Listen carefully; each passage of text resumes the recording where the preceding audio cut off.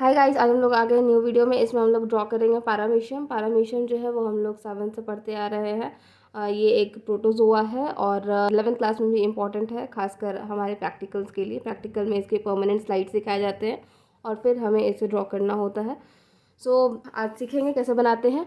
पारामीशियम बनाने के लिए सबसे पहले आपको ड्रॉ करना है एक ए वाला शेप। ठीक है, जैसे ये ए लिखते हैं तो हम लोग ऐसे बनाते हैं, तो बिल्कुल इसी तरह से आपको ऐसे ए जैसा एक शेप बनाना है।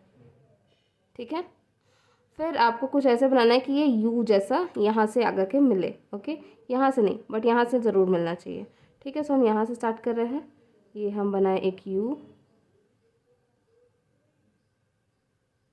ओके, यहाँ जा कर के मिल गया। ऑलराइट, ये जो यू होता है ये अंदर में जा कर के इस तरह से शेप बनाता है और ये वाला आकर के यहाँ पे मिलता है।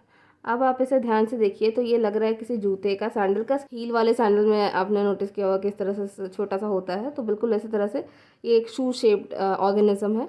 ठीक है, और चारों तरफ से ये सीलिया से कवर्ड रहता है, बट सीलिया हम लोग बाद में बनाएंगे। ये होता है इसका माउथ वाला पोर्शन, जो कि एक ओपन होता है एक वैक्यूल शेप में। ठीक है, एक वैक्यूल में जाकर के एक स्पेस होता है जिसमें ये जाकर के खुलता है।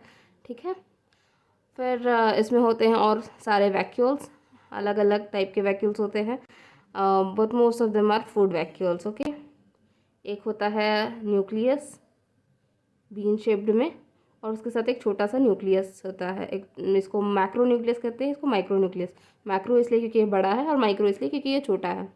बट मैक्रो न्यूक्लियस बेसिकली हमारे न्यूक्लियस की तरह काम करता है। जैसे हमारा न्यूक्लियस बहुत सारा फंक्शन करता है, वैसे इनका भी न्यूक्लियस बहुत सारा फंक्शन करता है। और जैसे हमारा न्यूक्लियोलस फंक्शन करता है, कुछ उसी तरह से ये इसका माइक्रो न्यूक्लियस फंक्शन करता है। ऑलराइट, एंड यहाँ पर होते हैं कॉन्ट्रैक्टाइल वैक्यूल। एक या दो कॉन्ट्रैक्टाइल वैक्यूल इसमें आपको देखने को मिल सकता है।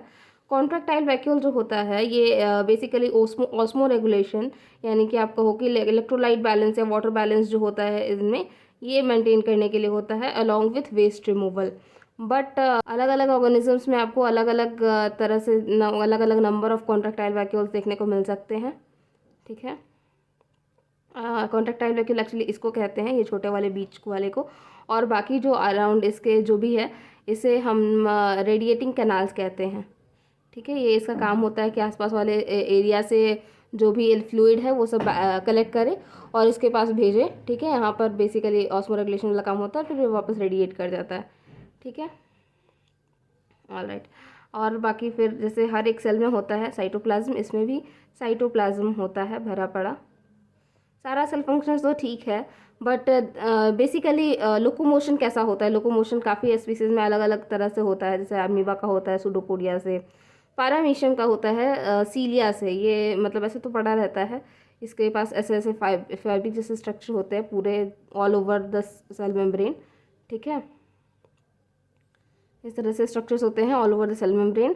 और ये ऐसे तो कोई काम नहीं करते जब ऐसे ही हैं, बट जब इन्हें मूव करना होता है तो ये अपने आप को टूवर्ड्स द करंट, लाइक ये वाटर में मिलते हैं, तो जब वाटर करंट मान लो आपका इस डायरेक्शन में बह रहा है और इसको इसी डायरेक्शन जाना है, तो वो कुछ इस तरह से अपना सारा सीलिया को इस डायरेक्शन में फोल्ड कर लेता है कि वो वाटर करंट के साथ तैरने लगे।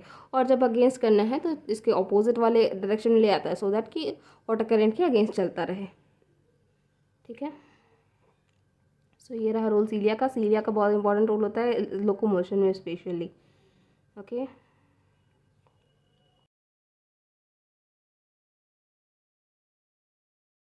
इसके बाद जो वीडियो बनेगा उसमें हम लोग बात करेंगे किसी और परमानेंट स्लाइड या फिर किसी ऑर्गेनिज्म के बारे में जो कि इम्पोर्टेंट है आपके प्रैक्टिकल्स के लिए। ठीक है, प्रैक्टिकल्स में एक्चुअली दो तरह से डायग्राम्स आते हैं। एक तो रहता है ये आपका जो परमानेंट स्लाइड्स आपको दिखाए जाते हैं उस तरह से, और दूसरा एक होता है स्पॉटिंग, जिसमें कि आपको एक ऑर्गेनिज्म निकाल के रख दिया जाता है शो पीस में, और आपको उसके बारे में देख करके कुछ लिखना होता है, कुछ उसका कैरेक्टरिस्टिक्स जो आपको दिख रहा है नोटिस कर सकते हो आप उसको देख करके बस। सो बेसिकली मॉर्फोलॉजी को लेकर के होता है अधिकतर प्रैक्टिकल्स। और कुछ ऑर्गेनिजम्स ऐसे भी होते हैं जिसमें कि जैसे कि फ्लावर हो गया, कैक्टस हो गया, हाइड्रोफाइट्स हो गया, ये सब आपको जनरली लोकली देखने को नहीं मिलता, बट हाँ मतलब अवेलेबल करवाया जाता है आपको, सो दैट कि आप देख सको उसको, नोटिस करके कुछ उसके फीचर्स लिख सको और ये बता सको कि वो कैसा ऑर्गेनिज्म है। खैर यहाँ पर हम लोग बात कर रहे हैं प्रैक्टिकल के लेकर के। और प्रैक्टिकल ड्राइंग्स जो कि इस परमानेंट स्लाइड से देख के बनाए जाते हैं। ठीक है,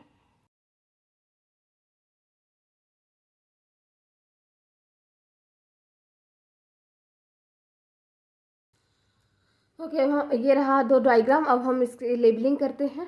ठीक है, सबसे पहले ये बाहर वाला स्ट्रक्चर, जिसे हम कहते हैं सीलिया। इसका सिंगुलर अगर हम कहें तो सीलियम होता है, बट यहाँ पे ढेर सारा है तो हम लोग इसको सीलिया कहेंगे। ठीक है, ये जो होता है ये है हमारा सेल मेम्ब्रेन। नेक्स्ट ये जो है ये हो गया फूड वैक्यूल।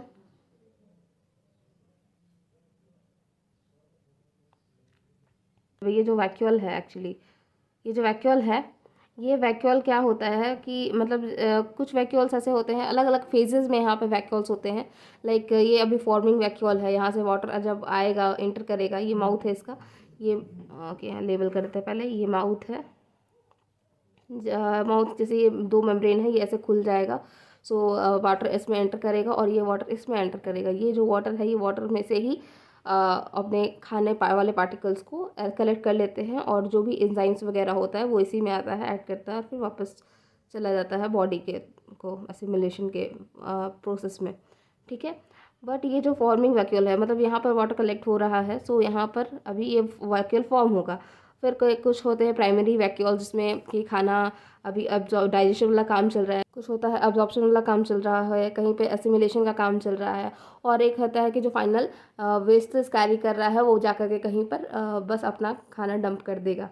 ठीक है, सो वैसा ही एक वैक्यूल हम कंसिडर करते हैं। लेट्स से कि ये वाला वो वैक्यूल है जो कि अपने फाइनल स्टेज में है। तो ये क्या करेगा कि ये इस तरह से एक मेम्ब्रेन फॉर्म करेगा और यहाँ से आकर के फ्यूज़ कर जाएगा। ये वाला मेम्ब्रेन फिर डिज़ोल्व हो जाएगा इसके हाइड्रोलिटिक एंजाइम से, और यहाँ से निकलेगा वेस्ट प्रोडक्ट जो कि पानी में फिर वापस वेस्ट की तरह चला जाएगा, मिल जाएगा पानी में। ठीक है, बट ये जो पैसेज फॉर्म हुआ इसके ब्रेक करने से, इस पैसेज को हम कहते हैं एनल पोर। ओके, ऐसे कुछ पोर्स आपको देखने को मिल सकते हैं जब आप एक कोई परमानेंट स्लाइड देखो। डिपेंड करता है इस बात पे कि वो स्लाइड कब लिया गया है। ठीक है, और उस समय पारामीशियम क्या कर रहा था। ये वाला जो खाने वाला जो पैसेज है, जो खाने जिससे खाना जा रहा है एंथोफेड वैक्यूल, इस पैसेज को हम कहते हैं गुलेट। ओके, फिर ऑल ओवर साइटोप्लाज्म तो है ही। ये वाला होता है माइक्रोन्यूक्लियस, और इसे हम कहते हैं मैक्रोन्यूक्लियस।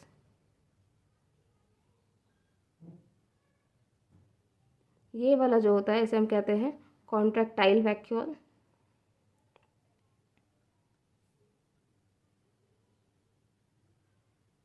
और ये इसको रेडिएटिंग कैनाल्स आप कह सकते हैं, चाहो तो लेबलिंग करो, ये उतना कंपलसरी नहीं है लेबलिंग करना।